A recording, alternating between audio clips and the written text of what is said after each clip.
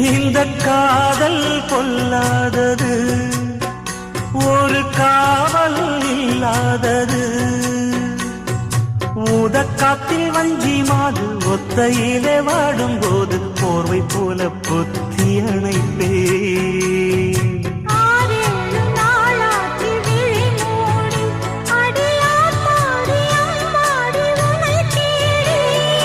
நீதானே மானே என் இளஞ்சோடி, உனை நீங்காது என்றும் என் உயிர் நாடி.